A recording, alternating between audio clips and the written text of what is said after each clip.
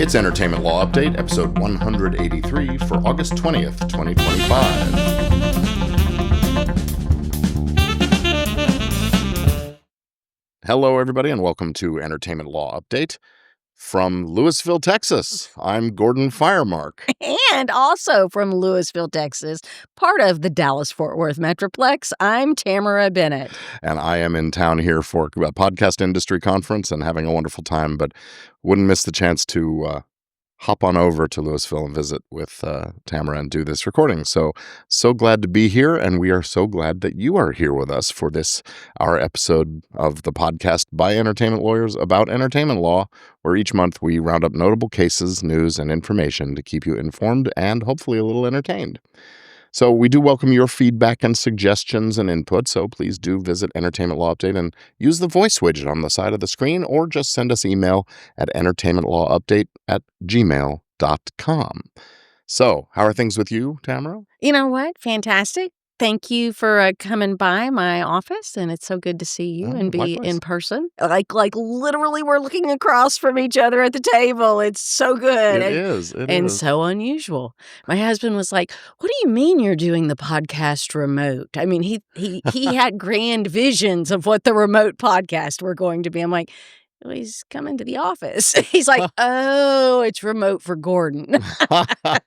Like, well, yeah, that's remote. Well, have microphone will travel. That's exactly right. It has two microphones and will travel. Yeah. So we are set up. Well, we have a pretty full rundown, so let's jump right in and start talking about the cases. You may remember the Ninth Circuit, not the Ninth Circuit, excuse me, the Bored Ape Yacht Club NFT. Are NFTs still a thing? I guess they are. We're going to find out how much of a thing they are. Yeah, so the case is about Yuga Labs, and it's Yuga Labs, the creators of the Bored Ape Yacht Club NFT, and the defendant is Ryder Ripps, an artist who criticized Yuga for using this sort of alt-right dog whistling imagery in their marketing and in the image itself. And also Ripps's partner, Jeremy Cahan, who was involved in the minting of these knockoff NFTs, for lack of a better way of expressing it.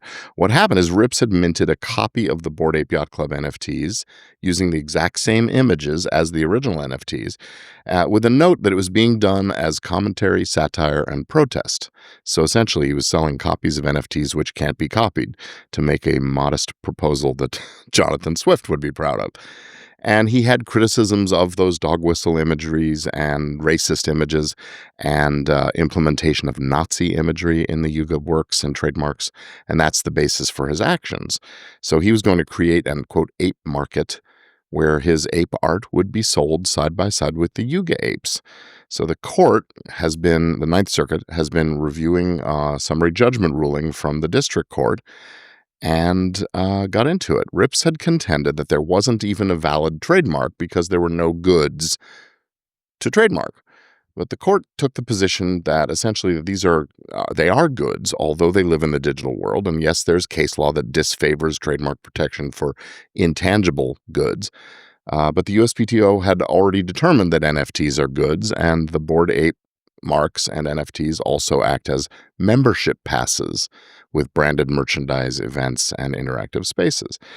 And Ripps also argued that Yuga broke the law on the basis that the NFTs themselves were accused of being violations of securities laws. And the defendants argued that since the trademark protection doesn't exist if the mark is used for unlawful conduct, and because the NFTs were violations of security law, then the trademark doesn't exist. And the court also said, no, that was not enough of a nexus, not a clear connection between the unlawful act and the product name. So there was no basis for withholding the protection of trademark registration there either. And there we go. So Ripps moved on to argue that there was no infringement on the ownership prong, I guess. The defendants argue the marks were licensed via a purchase of the original NFTs, the Yuga NFTs, and they weren't. Defendants argued that the marks were abandoned through lack of quality control. Again, this has to do with the licensing of rights through the purchase of the Yuga NFTs. And they argued that Yuga didn't police the mark and therefore it was rendered unenforceable. Well, the court said, no, a few copycats don't show a tribal issue on the failure to police the marks. Then we get into the nominative fair use argument. Defendants argued that the use of the Yuga marks was to describe their own products, and the court rejected this and said no, they were using the Yuga marks as source identifiers, so that didn't work. And on the First Amendment arguments, the defendant said the sale of the Ryder Ripps Bored Ape Yacht Club NFTs was a component of a broader expressive art project and public protest. But that sort of conflicts with the Jack Daniels case from, a year or two ago now? Yeah. And the court relied on the Jack Daniels case as when the mark is being used to show a source, the First Amendment doesn't protect against claims of copyright infringement. Trademark infringement. Trademark, excuse me. So the court conducted the likelihood of confusion analysis and under the sleekcraft factors, and found for Yuga marks on the strength of the mark. They're well-known, heavily used, and are unique. Also for Yuga on proximity of goods. They're all NFTs, and the defendant's use was to copy the Yuga works and NFTs completely.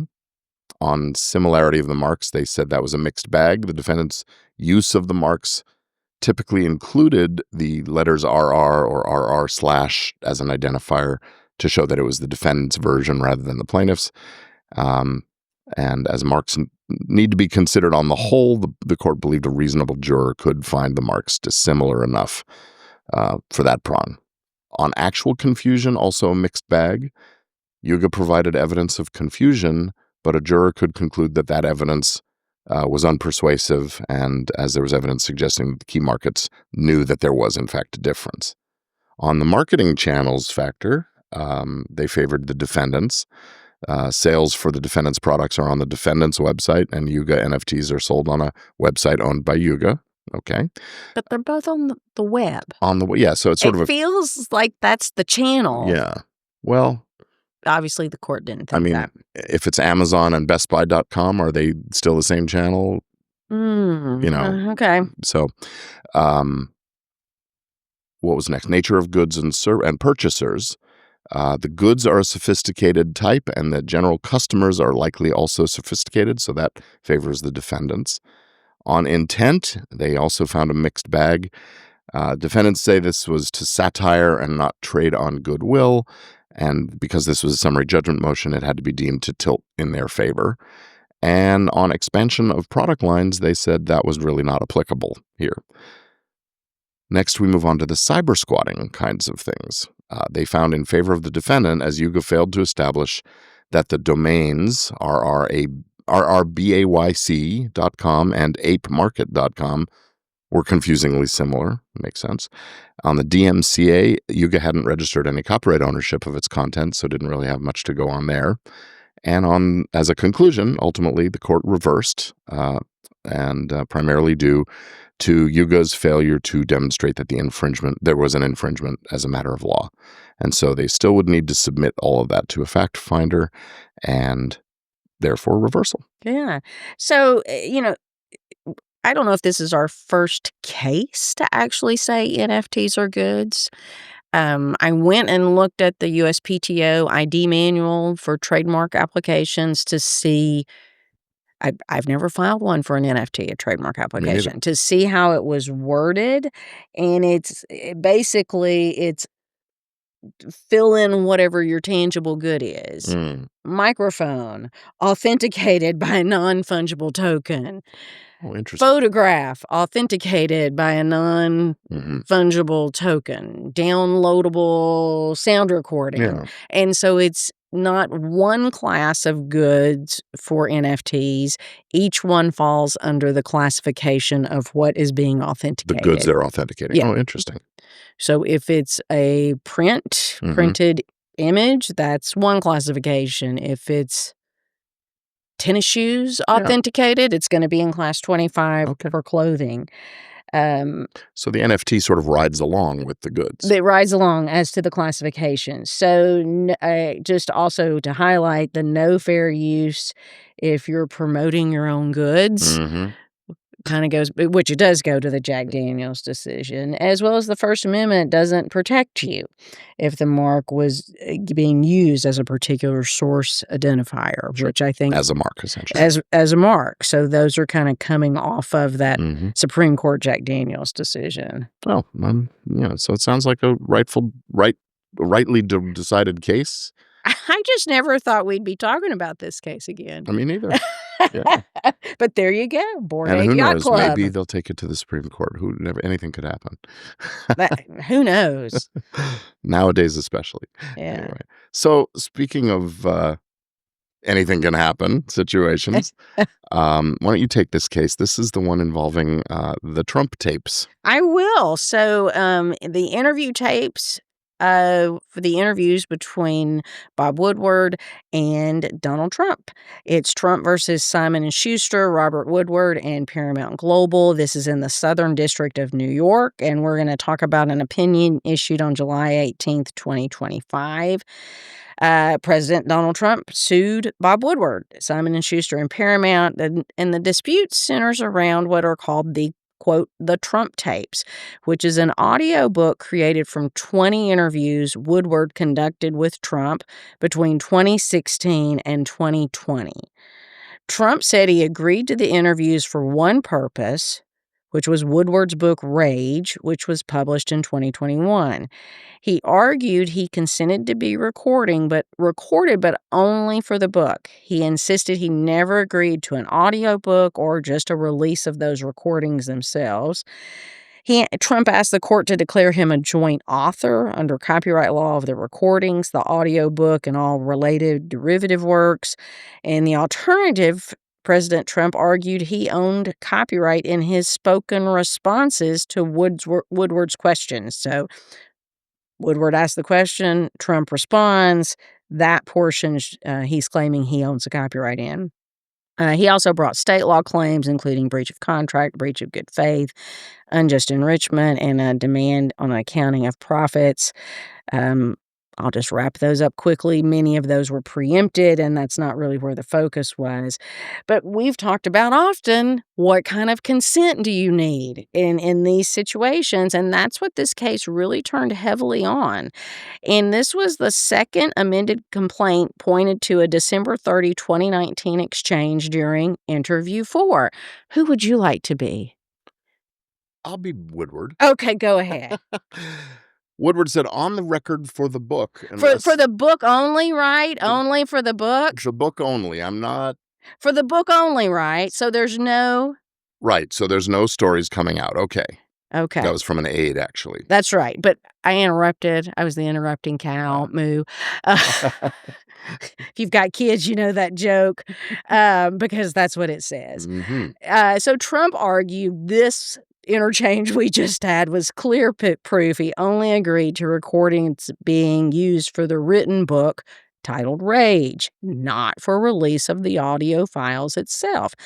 The court noted this exchange, but said it actually undercut President Trump's joint authorship claim.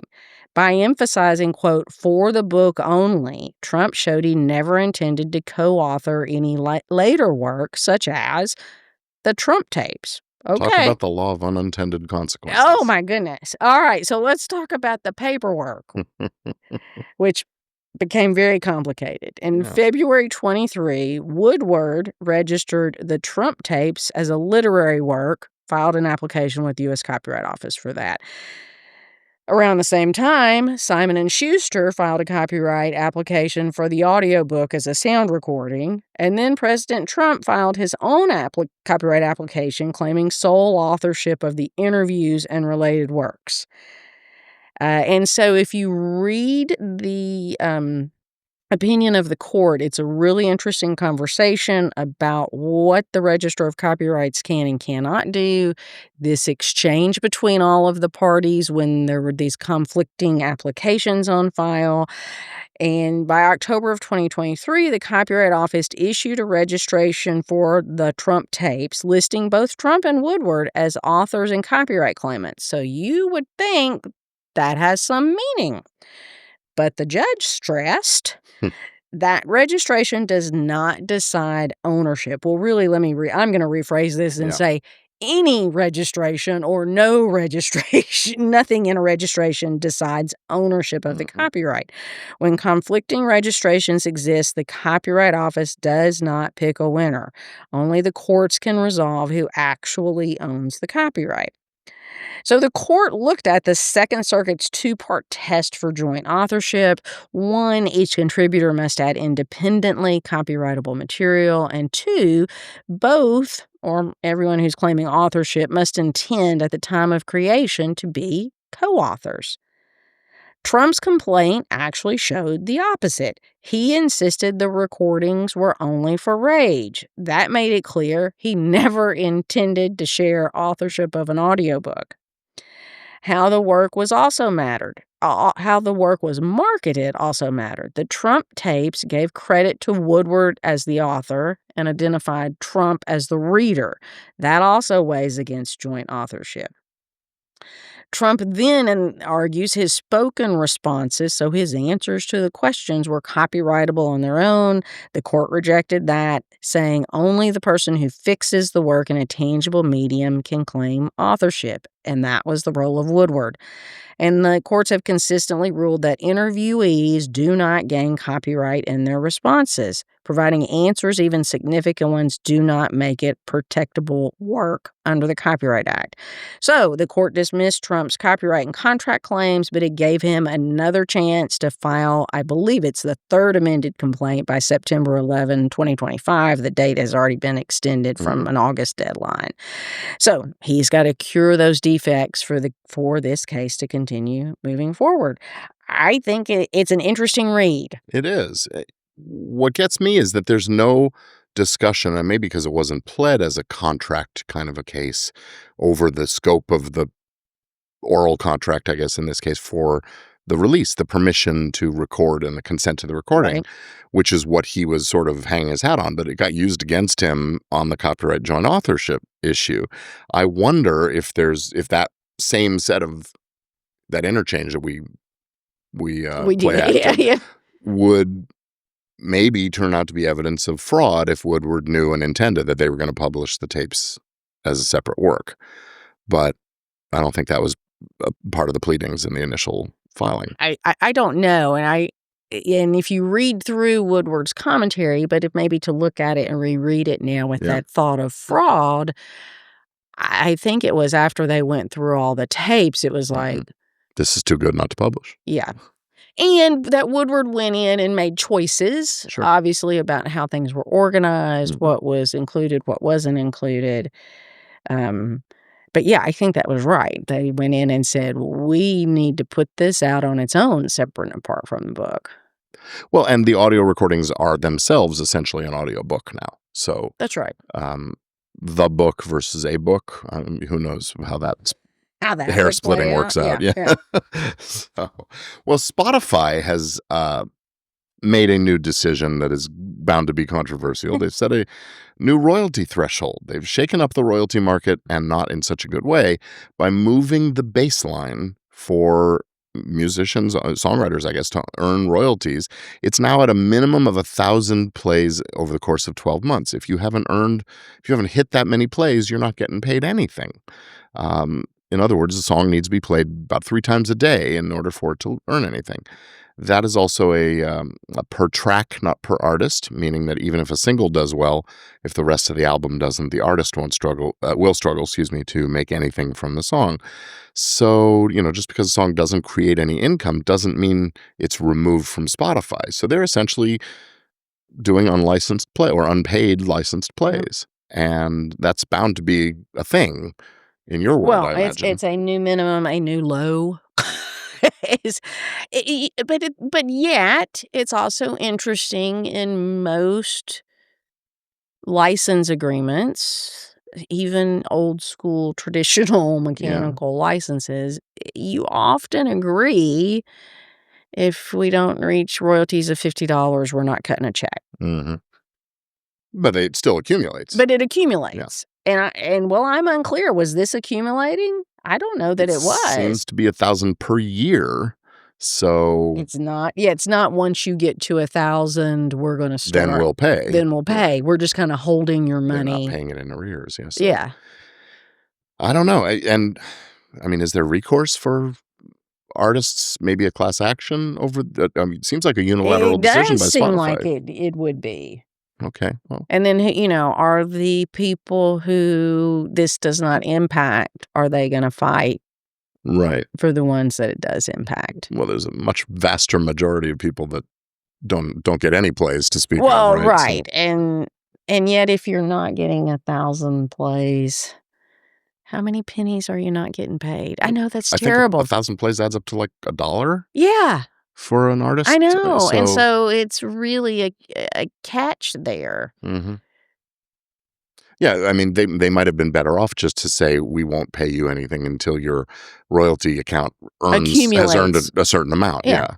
Yeah, but then they're having to pay in arrears. So this, who knows? This may be a messaging issue more than a legal issue, and they may, um, who knows? We'll see what Right. happens We'll when they see what start happens. actually They doing didn't it. ask us. Yeah, yeah. And there's no case or controversy right now, other than the controversy in the spoken world about these issues, Right. but no case at stake right now. So we have a handful of cases around AI, and our first one deals with the litigation by Disney and Universal against Midjourney. Um, Disney and Universal are protecting their IP while taking cautious steps to not be left behind in what our assistant is saying, the AI renaissance. Now, Disney reportedly was considering using assistance of AI company Metaphysic in the live-action remake of Moana. They would have created deep fakes of star Dwayne Johnson, the actor who was going to reprise the role of Maui, that could be layered on top of actual performance footage to create a digital double that effectively allowed Johnson to be in two places at once. Although Johnson approved that idea, the studio became worried that they ultimately couldn't claim ownership over every element of the film if AI had generated parts of it. And they were unable to come to terms with the AI company as well. And so ultimately that footage was scrapped and the plans to use that kind of thing also scrapped. In another movie, Tron, the upcoming Tron Ares, um, involved AI and the real world implications. According to sources at the Wall Street Journal, executives pitched the idea of actually incorporating AI into one of the characters in the sequel, of course, based on that 1980s movie Tron.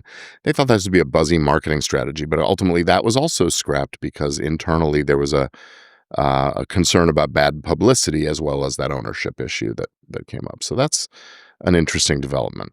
Meanwhile, Universal has started to attach a legal warning at the end credits of its films, stating that their titles, quote, may not be used to train AI, close quote. And also they say this motion picture is protected under the laws of the United States and other countries. Unauthorized duplication, distribution, or exhibition may result in civil liability and criminal prosecution. I think that's been there for a while. So they've added the prohibition of the AI AI. warning Yeah. on there. Yeah. Yeah. So they're looking to add this layer of protection against the theft of movies for data mining and AI training. And also, it's notable that in some countries, there's also a warning that cites the 2019 European Union law that all the tech companies were staunchly opposed to, but it allows creators to opt out of having their material used in scientific research by explicitly reserving those rights.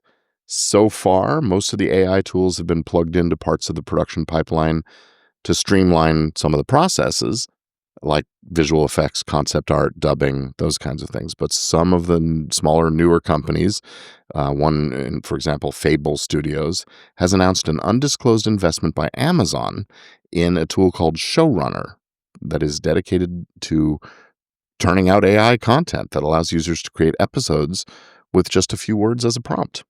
That's big, ambitious stuff, but they're targeting a 2026 theatrical release of their first AI-generated movie and talking to other major studios like Disney about licensing deals that would allow users to create their own fan fiction-esque universes. That's kind of cool. It is cool, but why is Disney going to pay for it if it's I mean, I really Right. there is a sweat of the brow, probably not the right way to Mhm. use this, but obviously there are people putting in time and there's money Yeah. in the platform and the development, but is the end result going to be something protected by copyright? And would anybody pay to watch that fan fiction created through the use of these AI tools? And would there be enough of a pie to split up among the various entities? and then that gets ripped Right. off, and the next generation, before too long, there's nothing left of the IP. It seems like a pretty significant concern. Right. So high stakes in all of this, and if the studios are successful in their case against Midjourney,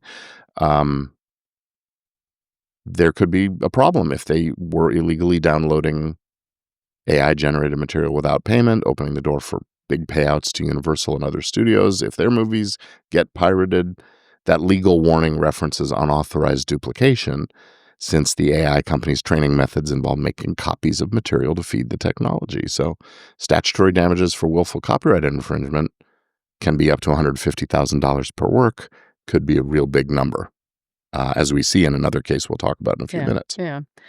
Okay, lawyers, be careful. Let's talk a little using AI in our practice today. And an attorney in Boston has created a new reason not to use AI for spell check. Now, I would say this is not just an AI issue when it comes to spell check. This attorney was sanctioned for utilizing Microsoft Copilot to perform grammar checks on cited case materials.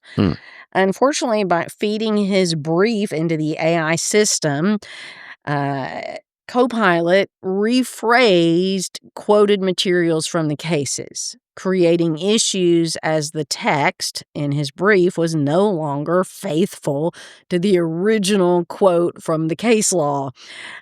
So, a reminder, do not rely on AI to do everything. It is a tool that needs to be used wisely. But I can also see how just good old word spell check could change words Or the within grammar checker, for grammar sure. check. Yeah, exactly. But it could clearly change words from a quoted material if you're not going through each requested change and going, oh no, that's a quote from a case. You can't change that word. Don't misquote precedent. Yeah, that's right. So anyway, just another word to the wise there. We're there for you for those practice pointers.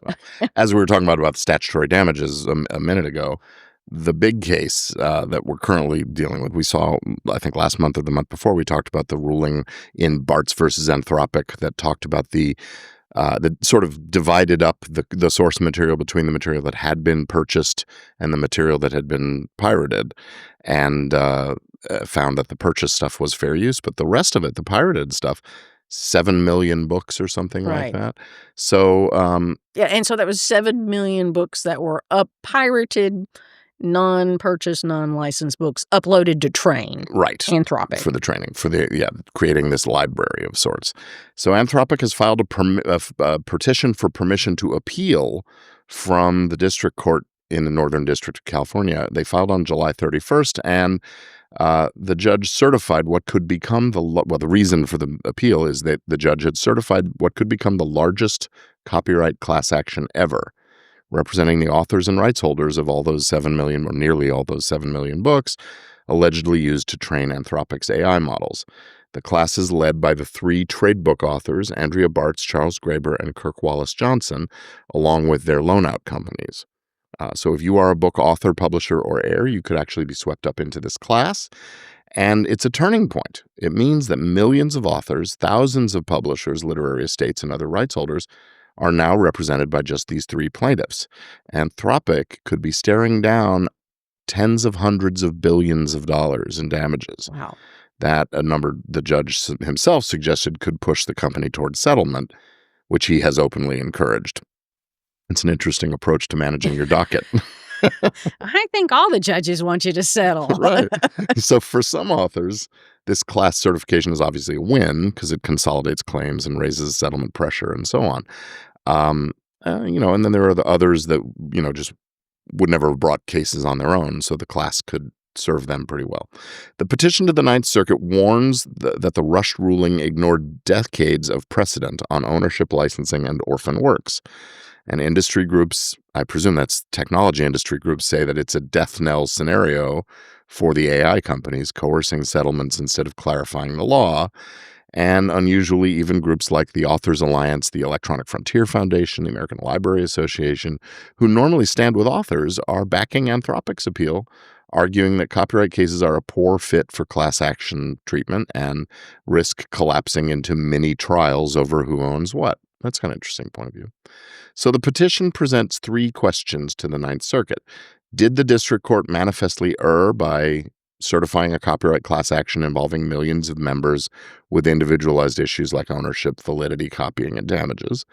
Did the court err by using its certification ruling to weigh in on Anthropic's fair use defense, minimizing those particular individual issues? And under this death knell doctrine, which we had to look up, the question is, should the Ninth Circuit intervene now, given that Anthropic faces hundreds of billions of dollars in damages at trial in just 4 months? The judge has, denied a stay pending this appeal, and that means the case is set for trial in early December.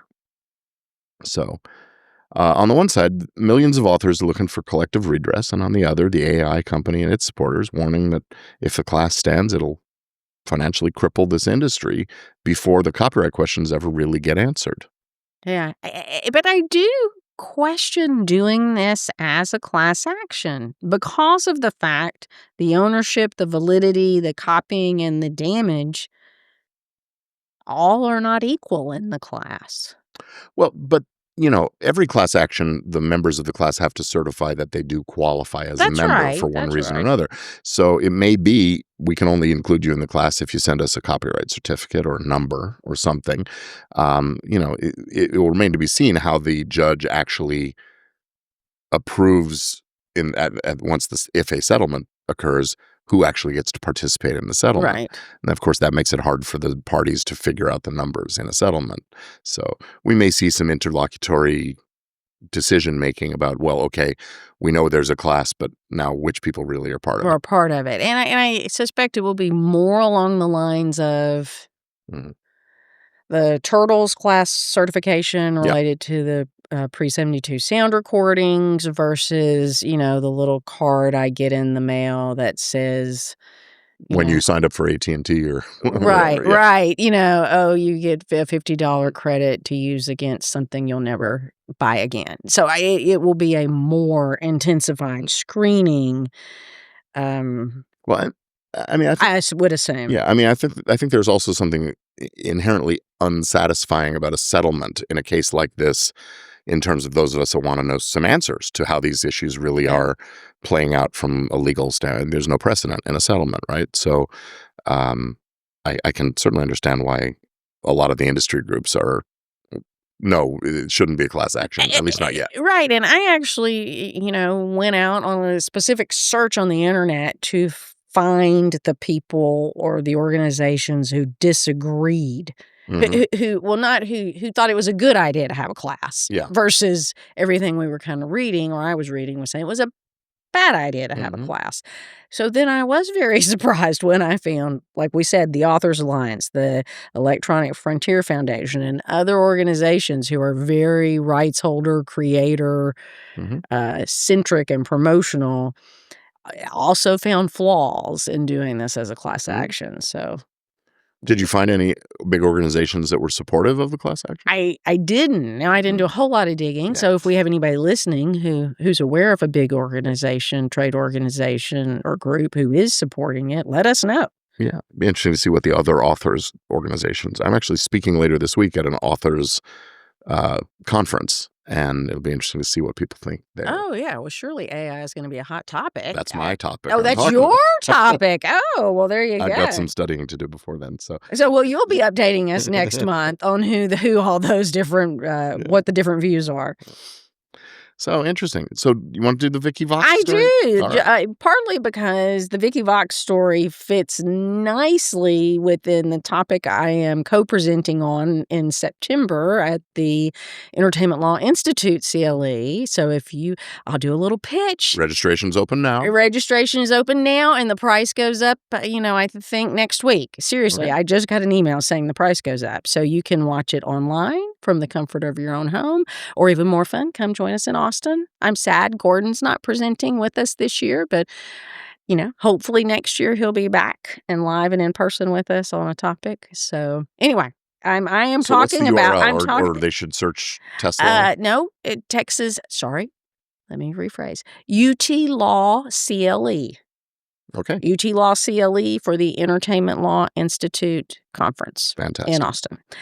Anyway, I'm speaking on Rogers v. Grimaldi and the cases after. Okay. Okay.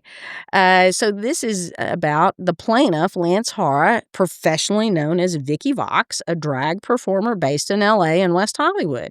The defendants are Netflix, along with associated production entities and creators, who released an animated series titled Q-Force, featuring LGBTQ plus secret agents. I'm guessing fighting crime. That's what if Okay. they're secret agents. Hara alleged that an unnamed animated character appearing briefly in one episode, about 10 seconds, strongly resembled her stage persona, particularly her use of a fan. She also claimed the character appeared in the series' promotional teaser and marketing stills, and that some viewers actually did mistakenly believe she had collaborated on the project. From what I read, she got some emails and phone calls. Hey, is that you? And if you look at the picture side by side, hey, it might be her. Mhm. Anyway, Hara filed suit under 43A of the Lanham Act, asserting claims of false endorsement, false association, unfair competition, and also state law claims under California's right of publicity statutes. The district court dismissed Hara's complaint under a Rule 12b-6 stage, applying the famous Rogers v. Grimaldi test, and finding that the use of her likeness was artistically relevant and not explicitly misleading. The court also dismissed the state law claims on a basis of lack of jurisdiction. Hara appealed, arguing the Supreme Court's 2023 decision in Jack Daniel's Properties versus VIP Products, which we mentioned earlier today, limited or overruled Rogers, and that her likeness had been used in a way amounting to a source identification. So the key issue was the Rogers test, which limits the Lanham Act liability for expressive works. Does it really remain valid post Jack Daniels? And the Ninth Circuit confirmed Rogers still applies when the use is expressive and not as a source identifying mark. Quote, the Supreme Court expressly left open whether the Rogers test applies outside the context of source identifying marks. Because Hara's likeness was not used to designate the source of the show, Q-Force, the Rogers framework continues to apply. Rogers v. Grimaldi out of the Second Circuit has been adopted in the Ninth Circuit, and let's see, that was in Mattel versus MCA Records, 20th Century Fox versus Empire Distribution. A Lanham Act claim fails if the use of a name or likeness in an expressive work is either, and these are the two prongs of the Rogers test, artistically relevant to the work or not explicitly misleading as to endorsement or source. And again, is this artistically relevant? The court said yes. The brief depiction of a drag performer in a West Hollywood bar is artistically relevant. The presence of a drag performer in this fictional West Hollywood bar is an expressive choice consistent with the narrative setting and cultural context of the show. And that standard for artistic relevance is low. It's minimal, something above zero. And this satisfied it. It doesn't take much. The fact that there was mere audience confusion is insufficient. Plaintiff's allegations that friends and fans mistakenly believed she was involved with the show do not meet the heightened burden of showing explicit deception. There was no indication of endorsement or affiliation, and this mistaken belief as to her connection does not override the First Amendment protections. She goes on to contend that her likeness is used as a trademark, potentially bringing in the Jack Daniels decision into play. The court rejected this, saying the complaint does not plausibly allege that defendants used her persona to designate the source of this Q-Force show. And unlike the Jack Daniels parody dog, which mimicked a label in a source-identifying way, the drag queen depiction was fleeting, unnamed, and played no role in marketing the series as endorsed by Hara, which is maybe interesting since she was in, they called it the teaser and not the trailer, but Mhm. okay. The Ninth Circuit affirmed the district court's dismissal of Hara's Lanham Act claims and did not revive state law claims which had been dismissed without prejudice. So we have some case law post Jack Daniels saying Rogers still applies. It occurred to me while you were explaining the case that to wonder, is the question of artistic relevance something a judge should be deciding on summary judgment, or is that a factual Jury issue for a question. jury? In this case, and I think the answer is because the standard is so low, anything above zero, a judge can say, yeah, there's something there, and that's all it takes. The other issue, the not artistic relevance, the other issue is the explicit deceptiveness. Yeah, the misleading Yeah. portion of it. I haven't heard the explicit deception thing as the standard before, so that may be something we hear more about in the future. But yeah, interesting outcome. And another interesting outcome, like that transition, there's been a long brewing fight over stage rights to the adaptation of the Harper Lee book To Kill a Mockingbird. Back in 1969, she granted Dramatic Publishing Service an exclusive amateur stage rights license to the novel. So only Dramatic could perform their derivative work play in any on-the-road, these are amateur stage rights. So they could, any on-the-road market around the country, high schools, colleges, those kinds of things. But not Broadway or other professional theaters. Anyway, decades later, in 2015, Lee exercised her statutory right to terminate that grant and awarded new rights to Atticus Limited Liability Company, which, Gosh, I bet she has an ownership in. well, I don't know, but there was a new adaptation. I think it was Joel Silver was the producer, Okay. and I've forgotten who the author was. Famous playwright as well as an author. Aaron Sorkin. Aaron Sorkin, of course. So they then began licensing Sorkin's adaptation for amateur productions, and Dramatic sued to stop them, saying that they still held exclusivity under the derivative works exception in the Copyright Act.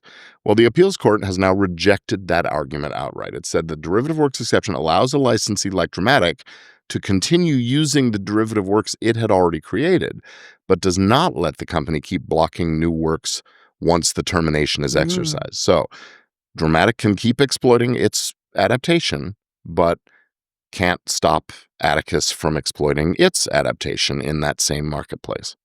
This is an interesting thing that I was just talking about with a lawyer for a rights holder, where my clients are the playwrights of a new play and they wanted dramatic rights and can't get them because so we're exploring whether this case makes a difference in our okay. situation. There you go. So the court recently, so they knocked down Dramatic's procedural defenses. They claimed Atticus's action was time barred because there was a prior arbitration that would prevent the lawsuit altogether. And the court said Atticus wasn't a party to that arbitration, and the claims are timely because they sought a declaration of non-infringement, not a question of ownership.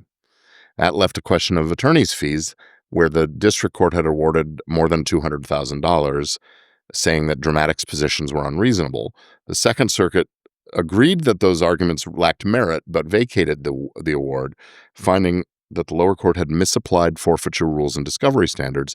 So it goes back down to the district court for a new look at whether Dramatic should still be paying the bill on this. Yeah.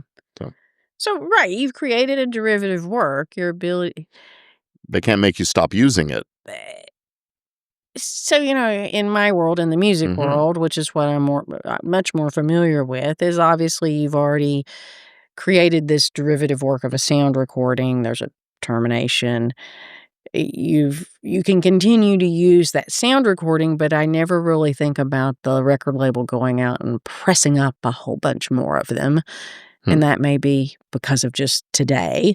Yeah.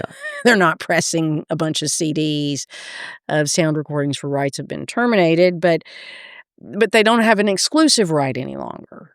Yeah. And that, I think, is the key, but yet they're still using the Their Dramatic. adaptation. Yeah. They're still able to grant licenses for their adaptation. If anybody wants the old version rather than the new version. The new version. Yeah. which is interesting. I'm sure that the Aaron Sorkin version is a little edgier and a little different in some ways. So, maybe creators, producers of shows will have different ideas about which one they want to do. So, anyway, so Sun-Kissed Growers versus Intrastate Distributors, Inc. I love me a Sun-Kissed. I can't tell you the last time I had a Sun-Kissed to drink. Oh, yeah. That just orange, sugary delight Yes, that indeed. it is. Yeah. So Sunkist is a citrus cooperative that's marketed Sunkist branded soft drinks since the 1930s. Wow. Holding numerous U.S. trademark registrations, standard character, and design forms for beverage and citrus products. Intrastate Distributors, Inc., we'll call them IDI from now on, acquired the vintage Kist, K-I-S-T brand in 2009. Originally, it had been used by a company called Leading Edge Brands up until then. Anyway, it sold Kist soda, which was canned until 2014, and then in glass bottles, and soda and sparkling water, I guess. And in October 2019, they filed an intent to use application to register Kist in standard character and stylized form for soft drinks, namely sodas and sparkling water, concentrates, and syrups. Well, Sunkist didn't like that one little bit, and they filed opposition before the TTAB under 2D, arguing that likelihood of confusion between Kist and Sunkist registrations bars the Kist registration. So the TTAB in September of 2023 dismissed that opposition. They found the DuPont factors like similarity of goods, trade channels, conditions of sales, and strength of the Sunkist mark favored likelihood of confusion, but ultimately held that the similarity of the marks and absence of actual confusion outweighed them. On the similarity of marks, the TTAB concluded that the marks created different commercial impressions.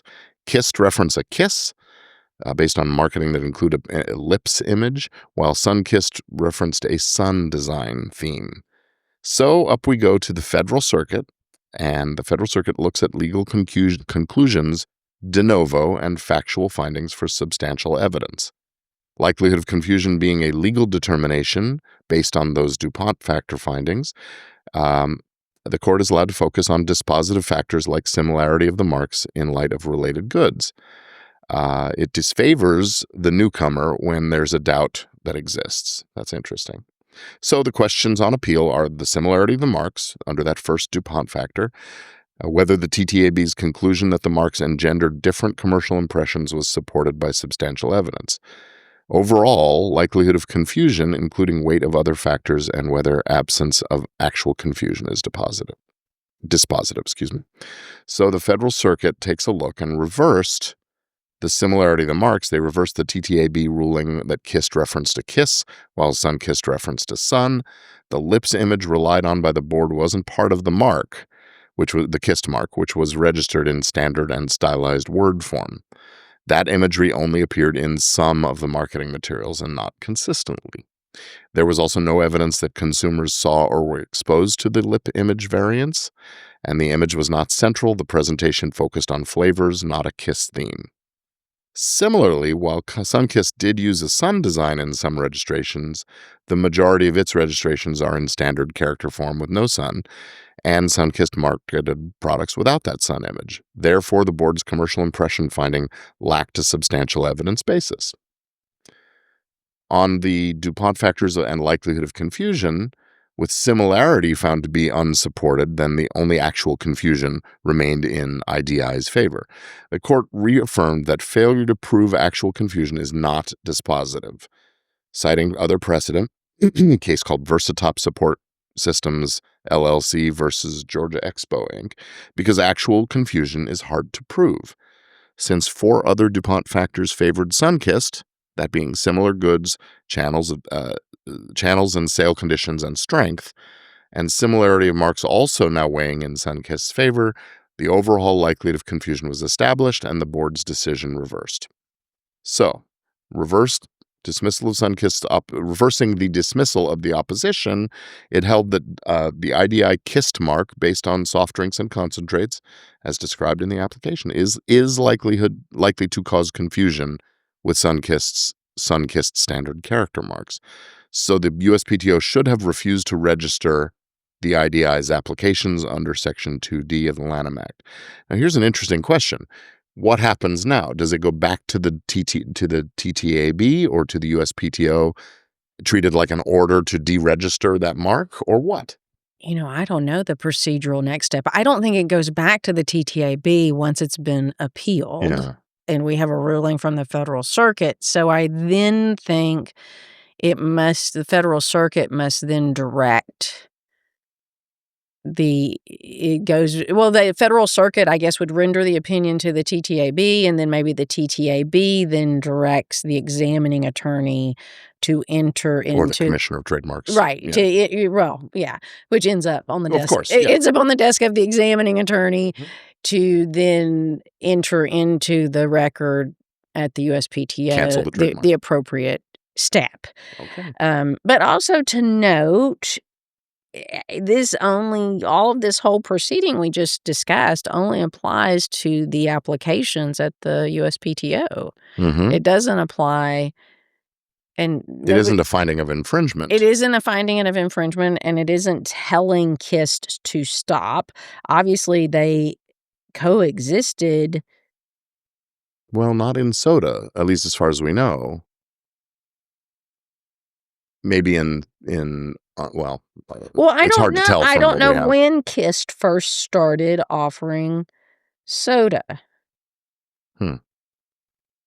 But it may be that now that this finding has occurred and there is a finding that there's a likelihood of confusion, that becomes fuel for an infringement case against That's right. KIST. It might. I guess I was looking at this saying that the IDI acquired the vintage KIST brand in 2009. Mm-hmm. And it had been used prior to 2009. So we don't have enough facts to know how long they coexisted in the marketplace prior to these applications. Yeah, but I think what happened is the original KIST product was more of a flavor infused seltzer kind of a product. That's right. I'm kind of envisioning it now. Yeah. Okay. So if they branch out into a sweetened soft drink product instead of infused, we're really sort of splitting hairs in a marketplace, but there's a difference between seltzer and soda and soft drink. Yeah, I should say. So we'll see. We'll see what happens. Maybe we'll be reporting on this again next year. Maybe if I'm sending text messages at 2 a.m., it's because I went and got a sun-kissed on the way home. Or a kissed. No, I'm wide awake from all that sugar. Yeah. So we have a couple of really quick things we want to mention. We've talked about this case a few months ago, I think it was. Disney has made a settlement with the Portland Pickles. It's confidential terms of a settlement, so we really don't know what are the terms of the deal. But they're no longer in a pickle. No longer in the pickle, right. And that was the Peaks Valley Pickles were a softball team in the Disney Plus series Win or Lose. And the Portland Pickles, a real team, had an issue with that. Yeah. So, okay. This is hysterical to me. Mattel, the toy company, lodged a complaint, I guess filed an opposition with the U.S. Patent and Trademark Office to stop the host of the podcast, Coffee with Ken, and his trademark application due to a potential confusion with Ken, the Ken doll. Barbie's boyfriend, Ken. Barbie's boyfriend, Ken. Specifically, I guess, is there a barista Ken? Apparently so. But who knew? Who knew? And who's I'm not confuse confused. What is the market here? Right. We have a toy over here and a service of providing a podcast of information. Doesn't seem like we're... Similar goods? I don't think so. No. Channels of trade? I don't think so. Entirely different classes. And we have to view the mark as a whole, which is Coffee with Ken. I think Mattel loses. That's my vote. Unless they have a television show in development or something like that, an animated TV, who knows? But it sure strikes me as a bizarre opposition. It does. So at this point, they've requested additional time to oppose. Yeah. So it just may be this is the normal course of action. Anything that comes up with Ken or Barbie. Well, or Skipper. someone at Mattel sent a memo to the general counsel's office that said, "Did you know there's a podcast called Coffee with Ken?" General counsel called IP counsel and found out, oh, that mark's about to go through. Better file our opposition. Yeah, or they've just may got have it on a- a watch service. Oh, that's true, They yeah. probably have anything that's got Ken in it on a watch service and Yeah. file an extension of time to oppose. So It doesn't cost anything to do that, does it? not to file Yeah. that first one. So- If you want a little more time, you got to pay for it. So That's anyway, puts it we'll on the- be Coffee with Gordon and Tamera. That's Next time we're both in the same city, we should arrange a coffee meetup or something. we should. You could have coffee or bring a Sunkist. There Either you go. one There will we be go. fine. Well, that does bring us to the end of this episode of Entertainment Law Update. And as always, we want to say a big thank you to our loyal listeners for spending your time with us. And again, invite you to give us your feedback. Visit the website at entertainmentlawupdate.com and use our little voice widget, the red flag on the side of the page, or email us at entertainmentlawupdate@gmail.com. And social media, you can find us also, Ent Law Update. I think we're still on Twitter. Are you on Twitter still?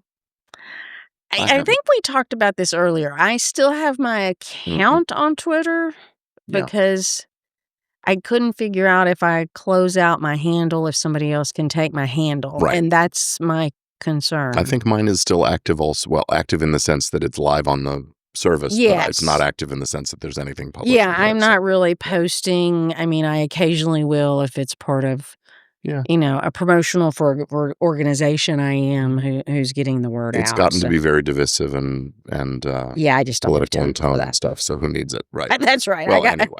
Yeah, anyway, to each his own. You do you. So, but anyway, folks can find me at harperbates.com. 8 months. I'm so excited. I've been with Yeah. my new firm for 8 months. You can still find me at createprotect.com. Most social media at Tamera Bennett, TamerABennett. And I'm Gordon Firemark. Most of the time I'm in Los Angeles. My website is firemark.com. gfiremark@firemark.com is the email address, and gfiremark is my handle on most social media services. So I want to say a big thank you and shout out to our team of volunteer contributors. John Janicek, our managing editor, has been with us a good long time now. We love it, John. Thank you for that.